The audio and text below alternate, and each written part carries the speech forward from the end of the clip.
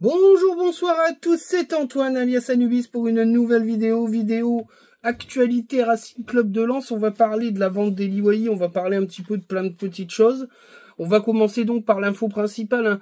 Le départ d'Eli Wahi pour Marseille, pour environ, on va dire 25, 26, plus quelques millions en bonus. Après, c'était inéluctable, hein, à partir du moment où Enea partait pas à Monaco pour 10-15 millions d'euros, c'était foutu, fallait vendre Wahi ou Samba ou les deux, enfin ou Danso. De toute façon, Danso suivra le même chemin. Je pense qu'il y en a beaucoup qui rêvent que l'équipe ne bouge pas, mais malheureusement elle devra bouger pour la santé financière future du club. Merci Franck Hayes et Arnaud Pouille de nous avoir mis dans le foin. Résultat, t'es obligé de vendre tes joueurs hyper bankable. Alors, ce qui est assez marrant, c'est que y en a pas mal qui ont craché sur Eli Wahi toute la saison, et puis là, vendre Eli Wahi, c'est n'importe quoi, et tatati, tatata, ouais, bon, ok. De toute façon, peu importe, ils seront jamais contents. Moi, ce que je pense, c'est qu'Eli Wahi a bien compris le message de Joseph Ogourlian, qui a bien fait comprendre aux joueurs qui coûtaient trop cher au club. Il voulait partir, voilà. Will Steele, il a essayé de mettre mettre un peu de sa balance dessus, mais je pense que le capotage du transfert de Len et Laenaoui a changé la donne complètement. Il part à Marseille, qui est beaucoup plus difficile en termes de patience que chez nous. J'espère que ça va aller pour lui. Moi, j'ai pas grand chose à lui reprocher après, à part le fait qu'il soit jeune et qu'il aurait dû mieux performer. Il a pas fait une saison hyper brillante, mais enfin, au final, t'es quand même en 16e de finale de Ligue Europa parce qu'il a enchaîné les buts, il a quand même été assez performant pendant une période, et puis après, il a complètement plongé. Moi, je pense que ses relations avec Franck Hayes ont été plus que houleuses, même si, comment dire ça, là, c'est un peu dur comme mot, mais on va dire le noyau dur autour de Franck Hayes balance toujours les infos comme quoi il a été hyper protégé. Moi, c'est pas les retours que j'en ai. Ce que j'en ai, c'est qu'il a été extrêmement déçu du management de Franck Hayes par rapport à lui, qu'on lui avait vendu un projet où il serait avançante, mais dans une attaque à 3, dans un changement de système que le coach a balayé d'un revers de la main au bout de 2 matchs de prépa. Mais bon, en même temps, il a fait un mercato de merde, il a pas fait ce qu'il fallait, donc c'était sûr que ça n'allait pas marcher. D'ailleurs, la deuxième victime de ça, c'est Spearings, même si je pense qu'il est un peu particulier comme joueur. Mais il a aussi fait les frais de ses changements tactiques. Et voilà, il n'a pas passé une bonne saison. Voilà. Alors après, Marseille, c'est un club autrement plus exigeant que Lens. On est un club ambitieux, mais on reste quand même un club à échelle familiale. On n'est pas dans des délires d'aller brûler le centre d'entraînement à chaque fois qu'il y a 2 défaites. Puis il y a surtout une espèce d'attente moindre, parce qu'à Marseille, c'est le titre ou la Ligue des Champions, rien d'autre. Ouais, si vous voulez, quoi, mais bon, il n'y a pas que Marseille en Ligue 1, et il y a beaucoup de concurrence, même si le mercato marseillais a de la gueule. Va falloir quand même qu'il soit assez patient, parce que je suis pas certain que, vu la concurrence qu'il y a, les 4 premières places du championnat soient acquises de fait au début du championnat, hein, donc à suivre. Mais en tout cas, voilà. Bon, on retombe sur nos pattes, hein, comme j'ai expliqué plusieurs fois. Alors, logiquement, c'était 30 plus 5 millions. Les bonus n'ont pas été atteints, donc le joueur coûte que 30 millions. En fait, ce que j'explique un petit peu, je réexplique parce qu'il y a plein de gens qui n'ont pas compris, hein, qui ont dit, vous l'avez vendu 20, on l'a vendu 25, et puis ça fait 26 parce que je crois qu'il y a 1 million d'euros de bonus atteignable, et les 4 autres millions, c'est très difficilement atteignable, et il y a 15% sur la plus-value du joueur. Il y a plein de gens qui disent qu'au final, on est perdant. Bah non, parce que le calcul est pas bon. Un transfert, ça s'amortit sur le nombre d'années du transfert, du contrat. On l'a acheté 30 millions d'euros sur un contrat de 5 ans, si je dis pas de conneries, ce qui veut dire vous divisez 30 par 5, auquel vous rajoutez 2 millions d'euros de salaire. Alors, moi, ce que je fais à chaque fois, c'est que je compense les millions d'euros dans le prix du transfert, c'est-à-dire qu'au mieux qu'il coûte 32 millions d'euros, 30 millions d'euros, il coûte 32,5 millions d'euros, et je divise par le nombre d'années de contrat. Ce qui est un peu plus logique parce qu'on dépense des sous quand même en le payant. Donc du coup, ça fait 32 divisé par 5, ça fait à peu près 6 millions 5, allez, on va dire ça. Ouais, on va dire ça, 6 millions, ça fait 6 millions 5 à peu près. Donc vous enlevez 6,5 millions de sa première année de contrat, la valeur du joueur, elle s'élève, avec tous les sous dépensés pour lui, elle s'élève donc environ à 26 millions d'euros. Donc, on rentre dans nos frais avec une plus-value, ce qui veut dire que on n'a pas perdu d'argent sur le joueur, on n'en a pas gagné, mais on pourra peut-être en gagner s'il est vendu 40-45 millions d'euros en PL, s'il fait une saison dingue, ou 2 saisons dingues, je sais pas comment fonctionnera Marseille, mais vu qu'ils font des achats-reventes, il pourrait être très vite parti le joueur, et ça, il y aurait 15% sur cette plus-value-là, donc c'est-à-dire que si, je dis une connerie, si ils le vendent 10 millions d'euros de plus qu'ils l'ont acheté, et on aura 15% dessus, ça fait 1,5 million d'euros qui rentrent dans nos poches, et ça, c'est du bonus. Voilà. Donc, on n'a pas perdu d'argent, on n'en a pas gagné. Voilà. C'est tout, c'est aussi simple que ça. Va suivre sûrement Danso. Alors, Danso, pourquoi ça n'a pas bougé? Ben, c'est par rapport à tout ce que je vous ai expliqué dans les vidéos pour ceux qui suivent. Lui, il voulait l'Angleterre absolument, il n'a pas eu d'offre. Il a été clairement voir ses dirigeants avec ses représentants pour dire que lui, il priorisait la première ligue. D'ailleurs, il avait vraiment, je vous l'avais dit, averti son entourage proche qu'il partait en Angleterre et il voulait nouer des contrats avec une prise en charge des transports entre le nord de la France et l'Angleterre. Il voulait garder quand même son entourage sportif. Et ben la chose a un peu changé. Il commence à se rendre compte que l'aventure anglaise va être compliquée, qu'il n'est pas forcément en haut de la liste de pas mal de clubs. Donc au final, l'Atalanta Bergame qui le suit depuis 2 ans, 3 ans, hein, on entend régulièrement parler de ce club qui lui tourne autour, pourrait quand même finir par le séduire. Lui, il souhaite quitter le club lui a donné un bon de sortie, il y a des intérêts qui sont convergents. La première offre de l'Atalanta, elle est entre 20 et 25, le club en veut pas moins de 25 millions. J'ai vu des 37,5 millions, enfin, il y a un article qui sort, c'est Verities, hein, on se cale là-dessus. Il y a qu'une seule fois où on a vu un article où il parlait de cette somme-là, mais est-ce que Danso vaut 40 millions d'euros? Moi, je suis pas certain, surtout que sa dernière saison, elle est pas non plus extraordinaire, à l'image de pas mal d'autres joueurs. Il est même pas titulaire dans une équipe nationale qui est quand même de second niveau, et ça, pour pas mal de gros clubs, c'est quand même problématique, parce qu'une équipe comme l'Autriche, pour être bankable, il faut au moins être un titulaire indiscutable de cette équipe-là qui joue pas les premiers rôles dans les compétitions internationales.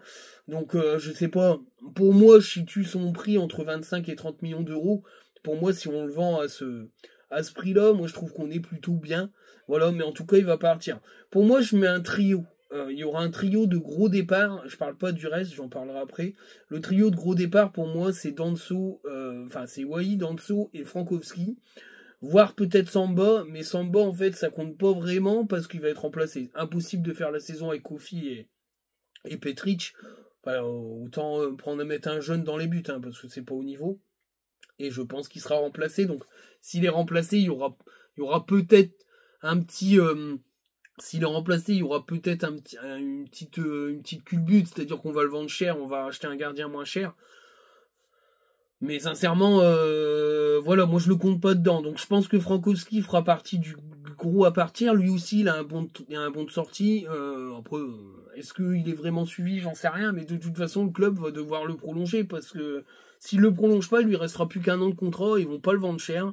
Je pense que là, c'est le moment de le vendre. Je crois qu'il avait prolongé d'1 an. Donc je sais pas s'il lui reste 1 an ou pas.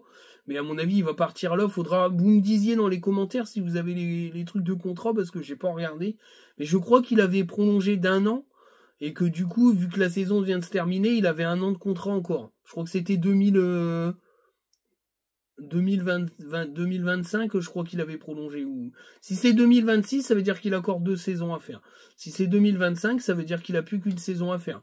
Donc je pense qu'il faut le vendre. Et la valeur de Frankowski, si tu le vends entre 7 et 10 millions d'euros, c'est très bien. Parce que ça reste un piston. Les pistons, ça coûte pas une fortune non plus. Donc voilà, surtout qu'on ne l'a pas acheté non plus des milliers des cents aux États-Unis. Donc je pense qu'il y a moyen de faire une culbute là-dessus. Surtout qu'en plus... quand tu prolonges les joueurs, tu t'endettes que sur du salaire. Et sur du salaire que tu n'as pas à débourser à l'avance. C'est-à-dire que quand tu... Après si, parce que normalement, la prolongation vient avec une augmentation de salaire, elle arrive tout de suite, mais tu payes plus de salaire, mais tu payes pas tout le salaire. Donc ça veut dire que si tu le vends à la fin de l'été, que tu l'as prolongé, je sais pas, je dis à l'automne, bah, tu payes un surplus de salaire que jusqu'à la fin de la saison. Si tu le vends, bah, au final, tu vas le vendre le même prix, mais tu pourras le compenser tout le reste, parce que vu qu'il coûte plus rien en transfert, puisque tout son transfert a été amorti sur les années où il a joué à Lens, bah logiquement il coûte plus rien au club à part son salaire. Donc quand tu le vends, bah, tu fais que du bénéf. Donc 10 millions d'euros, c'est 10 millions de bénéf. Voilà. À partir du moment où le contrat du joueur il n'est que renouvelé, que prolongé, tu prolonges pas de la dette, tu prolonges du salaire net que tu payes en live. Donc le joueur, il te coûte plus rien en amortissement. Donc quand tu le vends, tu fais que du bonus. C'est pour ça que le club travaille comme ça depuis un moment. C'est-à-dire qu'ils font des bons de sortie aux joueurs en faisant une prolongation de contrat. Voilà. Comme ça, quand il prolonge son contrat et il a un bon de sortie un an avant, il est vendu un an avant. Techniquement, comme il a prolongé l'année d'avant, l'année d'après, c'est une année bonus, c'est-à-dire que c'est une année où tu payes que le salaire du joueur et tu payes plus comment dire le transfert, il est pas divisé par deux parce que logiquement t'amortis le transfert sur le contrat de base. Quand il est prolongé, ça fait plus partie de l'amortissement. Parce que sinon, tu es obligé de rediviser par deux, ça n'a pas de sens, puisque tu payes pas en transfert le prolongement de contrat. Donc c'est comme ça que fonctionne le club depuis qu'Augourlian est arrivé. Il a mis en place ça, c'est-à-dire qu'il y a un accord avec les joueurs, et puis avec la direction, on avait vu ça avec Pouille et Gisolfi, c'est prolongement bon de sortie. Voilà. Comme ça, on est sûr que tout le monde est content, les joueurs savent qu'ils vont avoir une augmentation de salaire et qu'ils peuvent partir. Voilà. Le club sait qu'il n'est pas obligé dans l'urgence de vendre le joueur et il le prolonge avec bon de sortie que s'il y a l'Europe au bout, où il y a une perspective d'aller en Europe. Si par exemple le club est dans un mode maintien ou milieu de tableau, je pense qu'ils arrêteront de faire des prolongations de contrat et les vendront à un an de fin de contrat, en sachant que du coup il faut compter l'amortissement de la dernière année de saison qui fait partie du contrat de base. Ça c'est si on redevient un club qui joue moitié de tableau. Mais tant que le club sera ambitieux, ils font toujours ce genre de système pour garder leurs bons éléments une saison de plus. Voilà, bon, petite aparté, mais au moins c'est pour bien expliquer, parce qu'il y en a qui m'ont demandé un peu en DM d'expliquer un peu cette histoire d'amortissement. Donc Eli Wahi, t'as pas perdu de sous, Frankowski, tu feras qu'en gagner des sous. Donc ça sera du positif. Alors, la petite rumeur assez récente, c'est Alex Matos, milieu de terrain central, offensif, capable de jouer ailier, qui est à Chelsea. Chelsea, ils ont 25 000 joueurs, et qui va quitter le club. Alors, le souhait de Chelsea, bien sûr, c'est de le vendre à Strasbourg pour équilibrer les comptes des clubs, et puis de garder un œil sur lui, parce que c'est un milieu de terrain qui semble prometteur, même s'il n'y a pas beaucoup de stats, c'est pas terrible. Il a scoré en équipe jeune, il a été prêté à Huddersfield, je crois qu'il a dû mettre 1 ou 2 buts maxi, je crois, ou pas plus que ça. C'est un joueur assez polyvalent, il plaît au club lensois. La valeur, j'en sais rien du tout combien vaut le joueur, mais bon, ne pas valoir des milliers et des cents. Et lui, il souhaiterait plutôt aller à Lens, parce que le club doit être plus ambitieux, et il y a aussi l'effet Will Steele, parce que comme Will Steele est belgeo-britannique, belgeo-anglais, anglo-belge, je sais pas comment on dit, il parle très bien anglais, et ça peut attirer des joueurs anglophones, voire des joueurs internationaux qui parlent bien anglais, avec qui il va pouvoir s'exprimer très librement, et ça c'est une grosse différence avec Francaise, hein. J'en avais parlé dans quelques-unes de mes vidéos en disant que le rêve de Francaise était de partir en première ligue, qu'il a essayé d'apprendre l'anglais, et au final ça fonctionne pas des masses. Et ça n'a pas marché, d'après les retours, il parle pas très bien anglais, et ça posait aussi un problème dans son recrutement, qu'il voulait absolument beaucoup francophone, parce qu'il n'avait pas forcément de gens dans son staff qui parlaient bien anglais. Bon, bah écoute, au moins Will Steele, il n'y a pas le problème avec ça, d'ailleurs tous ses frangins parlent bien anglais, donc c'est quelqu'un qui peut fédérer un vestiaire un peu polyglotte, avec une langue en commun, l'anglais, voilà. Donc bon, à voir, hein. Moi je connais pas, donc je sais pas, mais en tout cas il va falloir se renforcer au niveau offensif, parce qu'avec la perte de Wahi, moi mon souhait personnel c'est de recruter un milieu de terrain offensif et un attaquant d'appoint, parce que bah, dans tous les cas, on est à poil hein, au milieu de terrain et on attaque, parce que je suis désolé, tu fais pas la saison avec Enzola et puis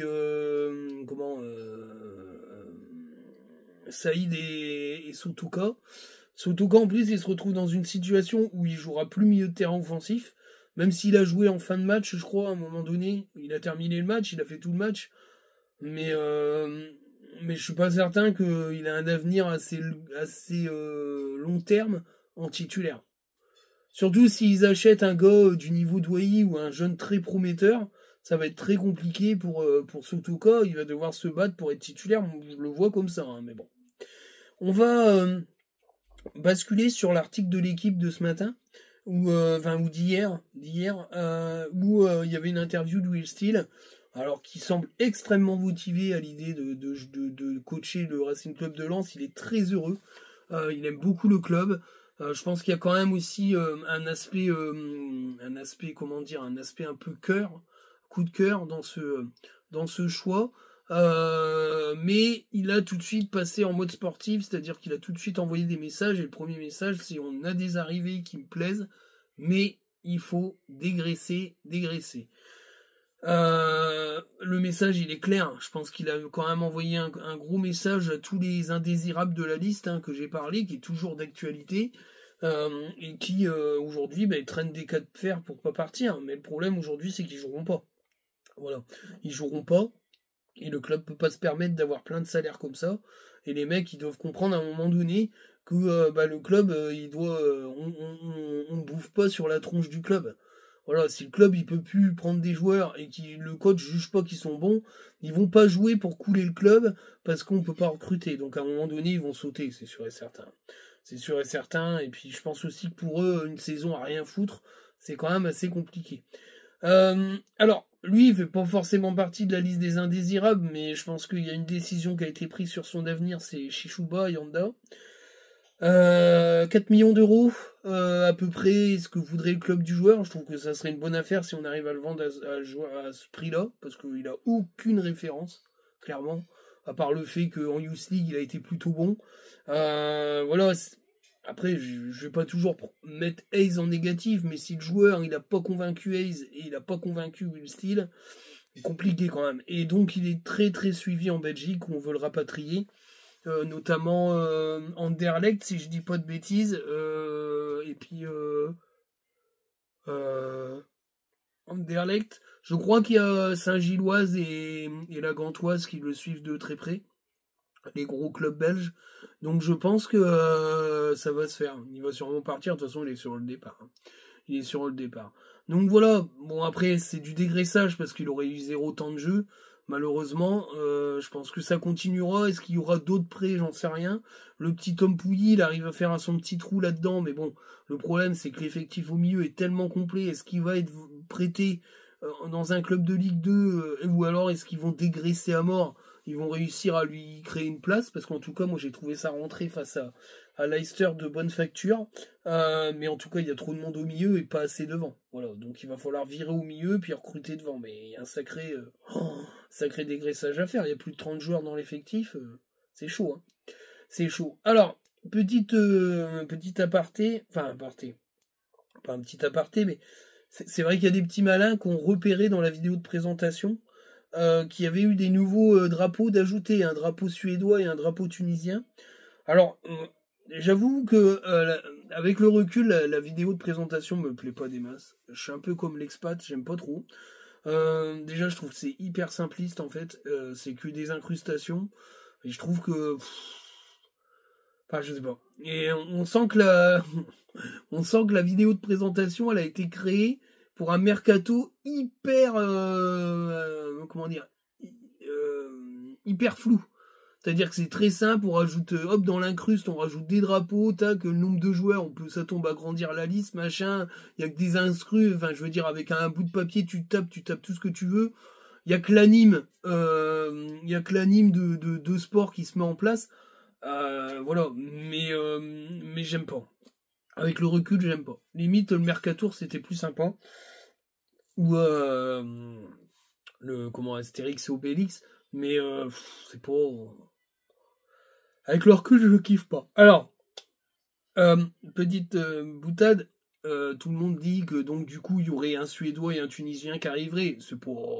C'est plutôt bien pensé parce que les drapeaux n'étant pas là, s'ils ont été rajoutés, c'est parce que c'est une espèce de petits Easter eggs et qu'il y a de grandes chances que les 2 prochaines recrues, s'il y en a, ça soit un Suédois et un Tunisien. Bon, un Tunisien, aucune idée. Hein. Je vois pas qui c'est. Bon bref, aucune idée. Je vois pas. C'est inconnu là, Tunisien. Parce que Rafid Guitane, il est algérien, donc je crois pas qu'il est tunisien. Mais en tout cas, Kasper Dolberg, il n'existe pas aujourd'hui d'États-Unis, de Scandinavie. Il a jamais été de sa vie suédois. Hein. Dolberg, il est danois. Hein, je ne sais pas d'où ça sort. Les gens ont parlé de Dolberg. Non, non, Dolberg, il joue pour le Danemark. Hein. Pour l'instant, les pays scandinaves n'ont pas encore fusionné en un Royaume-Uni. Alors, j'ai discuté un petit peu... ça fait longtemps que j'ai pas fait de scouting. J'ai discuté un petit peu avec des gars du scout en me disant bah écoute voilà, nous on a un drapeau suédois, un drapeau tunisien, il nous manque un attaquant. Est-ce que toi tu verrais des joueurs particuliers? Alors j'ai été un petit peu dans l'esprit un peu de ce qu'on recherche au niveau de ce mercato, même si un mec comme Enzola rentre pas forcément dans ce critère-là. Donc c'est possible aussi qu'on ait un attaquant suédois un peu plus âgé. Mais je suis allé j'ai un peu parlé de profils assez jeunes. Donc il y a 2 profils qui sont un peu ressortis. Jakob Andrejka, qui est un ailier de 21 ans. Il a fait, sur la dernière saison, il a joué 14 matchs.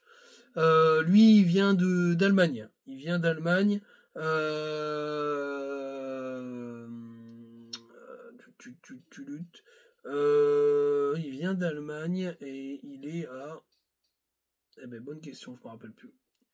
Voilà. Et là, il joue en Bundesliga 2, mais il était en Bundesliga avant, donc je pense que c'est un club qui est descendu. Lequel? J'en sais rien, je me rappelle plus. En tout cas, c'est un ailier capable de jouer aussi avant-centre. Il a fait une saison 14 matchs, 5 buts, 2 passes décisives. Bon, c'est plutôt pas mal. C'est un jeune joueur. Voilà, ils m'ont dit que c'était un joueur à suivre qui va sûrement quitter son club de Bundesliga 2. Pourquoi pas? La valeur, je sais pas, ça doit être entre 5 et 7 millions d'euros, je crois à peu près. Ensuite, il y a Oscar Williamson. Pareil, c'est un avant-centre. Assez grande taille, 1m90 je crois, capable de jouer aussi sur un côté. Lui, il a pas non plus des énormes stats, mais en tout cas c'est un joueur qui performe dans les équipes jeunes suédoises. La saison dernière, il a fait 26 matchs pour 4 buts et une passe décisive. Bon, voilà, c'est les quelques, on va dire, c'est les 2 profils un peu jeunes, pas trop chers, qui m'ont été un peu sortis. Alors bien sûr, je croise, hein, j'ai parlé avec plusieurs scouts et les 2 noms sont sortis à plusieurs reprises. Après, il y avait un joueur qui était coté environ 10 millions d'euros, qui était hyper prometteur, mais il s'est fait les croiser très récemment. Il ne reviendra pas avant décembre 2025, enfin décembre 2024, janvier 2025. Donc bon voilà, c'est mort. Mais en tout cas, c'était le joueur qui était peut-être le plus coté de cette génération-là, entre 18 et 21, 22 ans. Voilà. Tunisien, aucune idée, j'en sais rien. Peut-être Monstassar Talbi, je sais même pas s'il est tunisien d'ailleurs, peut-être marocain, je sais plus. Ou alors il est même algérien, bah j'en sais rien. Mais en tout cas, tunisien, aucune idée, puis je vais pas trop chercher, je vous avouerai que... Voilà, moi je pense que si l'attaquant, je pense que ça sera un attaquant suédois. J'ai du mal à voir quel attaquant tunisien pourrait venir étouffer le niveau de Wai. Je pense que si on va chercher, c'est un attaquant nordique. Moi, j'ai toujours pensé qu'on passera en mode suédois. Moi, j'en suis sûr, parce que la plupart de ces joueurs-là sont des gros combattants, ils sont assez vifs, ils se battent sur le terrain, et ils sont plus forcément hyper maladroits techniquement. Et je pense, voilà. Après, on n'est pas à l'abri d'un Suédois plus âgé, hein, à la Enzola. Mais voilà, mais c'est intéressant de voir que le club essaye d'aller chercher aussi des joueurs un peu plus exotiques et pas se borner à prendre du francophone de Ligue 1, Ligue 2. qui coûtent une fortune et qui sont pas forcément au niveau. Enfin bref, vous voyez ce que je veux dire. Donc voilà. Alors, mis à part ça, c'est vrai que on est dans une situation où il va falloir accélérer puisque le 22 août arrive très vite et qu'il faudra sûrement l'attaquant bien avant le 22 août parce qu'il faut qu'il soit qualifié pour le match aller. Parce que sinon, tu vas aller en attaque. Bah, tu vas jouer avec Enzola et Saïd. Moi, j'ai du mal à croire qu'ils mettent Saïd Sotoka pour un match aussi crucial si Sotoka il continue à être aussi inactif offensivement. Moi, j'ai quand même peur pour Sotoka que ça soit une saison un peu compliquée pour lui, même s'il a été capitaine en l'absence de Samba, mais après, il y a une réalité sportive. La réalité sportive, c'est que ça fait bien longtemps que Sotoka n'est plus un attaquant efficace, que déjà en milieu de terrain, il ne l'est pas efficace, puisque il met 4 mois entre deux passes D. Donc voilà, moi je pense à un moment donné, il va falloir dégraisser tous les indésirables et mettre des concurrents dans les pattes de Saïd et Sotoka. Enzola étant pour moi un futur titulaire de l'équipe, en sachant qu'un mec comme Rémi Labolascari a montré vraiment des bonnes choses en prépa. Donc il va falloir quand même que Sotoka se dise qu'il va avoir de la concurrence. Je pense que le remplaçant d'Eli Wahi sera titulaire. J'ai du mal à croire qu'on ne le remplace pas par un mec qui va être titu, ce qui veut dire qu'il y a au moins une place qui saute et qu'ils seront 3 pour une place. Si Mbala Enzola enchaînent les performances, Saïd et Sotoka vont se retrouver sur le banc. C'est une évidence, et je pense que ça sera une de leurs dernières saisons. Parce que je crois que Saïd a prolongé. Sotoka, je sais pas, de toute façon s'il prolongera pas, il partira l'été prochain. Mais en tout cas, voilà. Alors, moi je pense que le groupe, bah déjà il est énorme, qu'on en saura de plus sur ce groupe quand le dégraissage sera fait. Si le dégraissage n'est pas fait, il y a beaucoup de malheureux qui vont subir une saison où ils vont quasi pas jouer. Moi, j'avais envie de voir un petit peu plus de nouvelles têtes. De toute façon, ça va finir par arriver, hein, le grand chambardement. S'il ne se fait pas cette saison, il se fera la saison prochaine, et peut-être dans la douleur, parce qu'on risque d'avoir une diaspora monstrueuse. Et ça, malheureusement, reculer pour mieux sauter, c'est pas bon du tout. Donc, moi, sincèrement, j'espère que le premier gros changement le premier gros changement de fin de cycle, il va avoir lieu là, parce qu'il aurait dû déjà avoir lieu l'été dernier. Donc là, je pense vraiment qu'il faut dégraisser à mort, faire venir des nouvelles têtes qui vont peut-être remplacer au fur et à mesure les titulaires de cette équipe.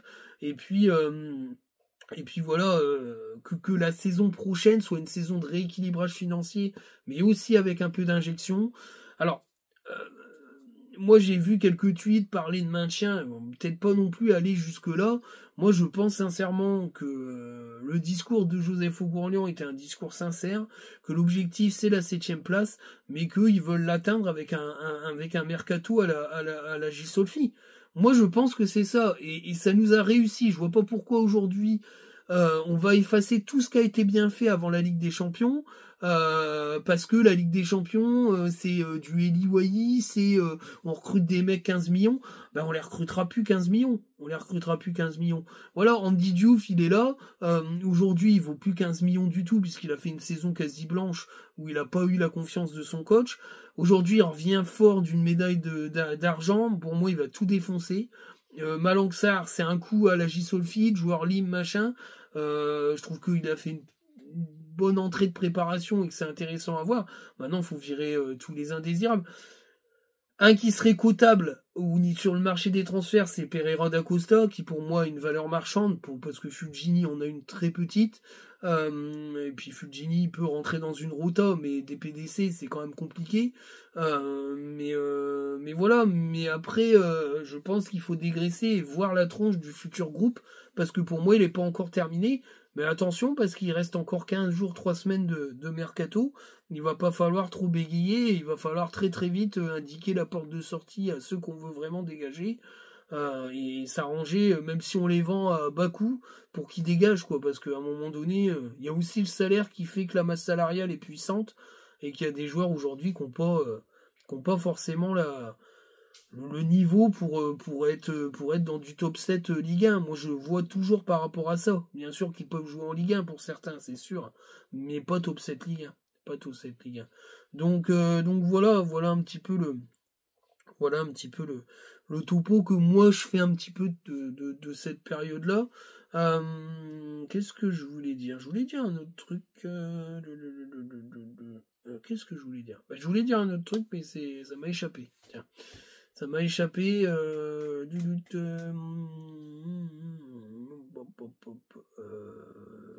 non, moi, je sais plus. En tout cas, la N3, ils ont recruté un sacré gaillard, le Haït Mou, là. Il enchaîne les buts, là, lui, hein, le petit prodige de Valenciennes. Alors, bien sûr, j'allais complètement zapper, c'est bien que je cherche. Bien sûr, il y a la signature d'Alpha Diallo, hein, 18 ans, milieu de terrain. Bon, lui, il n'est pas rentré dans la vidéo de présentation, parce que c'est pas forcément un élément majeur du groupe. Mais en tout cas, voilà, on a été faire quelques emplettes à Bordeaux. On en a fait qu'une d'emplette. Angeli va partir en Allemagne, d'après ce que j'ai compris. Il a choisi l'Allemagne, après tant mieux pour lui, je pense que c'est pas un mauvais choix non plus. Mais voilà, mais en tout cas, la signature d'Alpha Diallo, j'allais complètement la zapper. Elle n'a pas été trop médiatisée, il y a eu qu'un tweet et puis une présentation sur le site du club. Voilà, très prometteur, hein, j'en ai parlé avec les Bordelais, c'est un des éléments les plus prometteurs de sa génération à Bordeaux, qui forme quand même d'excellents joueurs, faut quand même le dire. Voilà, on va voir un peu ce qu'il va donner, s'il va jouer avec la N3 avant ou s'il va faire partie du groupe. Je sais pas trop ce qui va ressortir de ça. Voilà, hein, je pense que j'ai fait un peu le tour des actualités. Euh, Moi, je pense faut garder confiance. Je pense que le dégraissage sera très important pour la suite de la saison. Moi, j'exhorte les joueurs, même s'ils en ont rien à foutre de ce que je vais dire, à quand même de trouver un nouveau projet, parce que quand on n'a pas été à la hauteur du club, à un moment donné, quand le club dit ça suffit, il faut quand même respecter le club, parce que vous ne l'avez pas respecté en étant mauvais, parce que malheureusement, ce qu'on attend d'un joueur de foot, c'est qu'il soit bon, pas qu'il soit mauvais. Et il y a des joueurs aujourd'hui qui, pour moi, devraient partir parce que ils n'ont pas respecté le blason. Surtout un mec comme Samen, moi je suis désolé, mais va chercher ailleurs ton bonheur. Parce que vu ce que t'as fait l'année dernière et que t'as mis quand même tout le monde dans la sauce et qu'on a commencé à démarrer le championnat quand un gamin de Nancy est venu te remplacer et prendre ta place, je suis désolé, mais t'as rien à faire au club. Et il y en a d'autres, c'est moins prégnant parce qu'ils ont respecté l'institution, ils ont pas fait comme toi des prépas irrespectueuses. D'ailleurs, t'as encore recommencé, puisque d'après ce que j'ai compris, d'après ce qu'a dit Hayes, la prépa elle était pas tip top de ta part. Voilà, t'es pas à 100% physiquement parce que t'as pas une hygiène de vie d'un joueur pro. Donc tu vas voir ailleurs si bonheur s'ensuit. Bon, après Spearings, on sait que voilà, c'est assez particulier.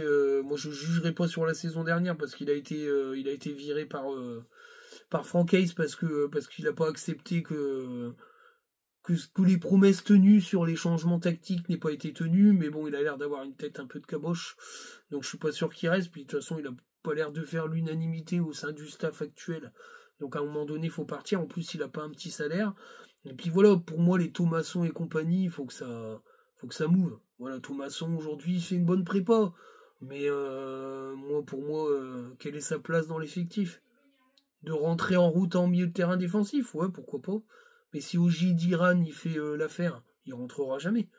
Pour moi, il va pas être titulaire. Si tu récupères El Ainaoui dans 10 jours, quand est-ce qu'il va être titulaire? Tu vas mettre ce gars-là titulaire en match de barrage de Conference League. Mais il a clairement pas le niveau.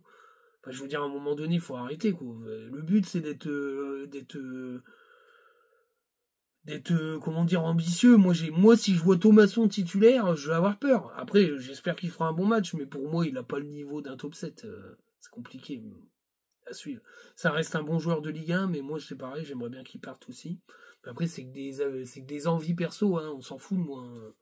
Mais voilà, il y a pas mal de joueurs à dégraisser, hein. C'est clair, et voilà. Mendy, c'est pareil, hein, je suis pas sûr qu'il va rester. Après, Mendy est quand même plus intéressant que Thomasson sur ce poste de milieu de terrain défensif. Mais apparemment, il serait sur le départ aussi par rapport à un club d'Arabie Saoudite. Donc à voir. Voilà pour la vidéo. J'espère que tout le monde va bien. C'est bientôt la fin des vacances pour moi. Le retour au travail, bien sûr le retour au Racing Club de Lens. Alors j'ai vu l'interview sur DAZN, c'est une honte de dire tout ce qu'il a dit le mec de chez DAZN. Pour moi DAZN c'est le nouveau Media Pro, hein. Ça va se casser la gueule mais c'est XXL. Donc c'est compliqué, hein. C'est compliqué mais bon. Voilà. Moi je en tout cas je ne serai pas un pigeon. Ça c'est sûr et certain. Il est hors de question que j'aille débourser 40 balles pour voir de la merde, des matchs pas commentés en direct du stade. Bref, il n'y aura même pas de multiplex, il n'y aura pas de machin, il n'y a même pas de consultant sur certains matchs. Le produit est totalement pas respecté, donc je serai pas un pigeon. Voilà. J'espère qu'il n'y en aura pas des pigeons, pas de trop en tout cas. Donc voilà, allez, je vous dis à très bientôt. Ciao.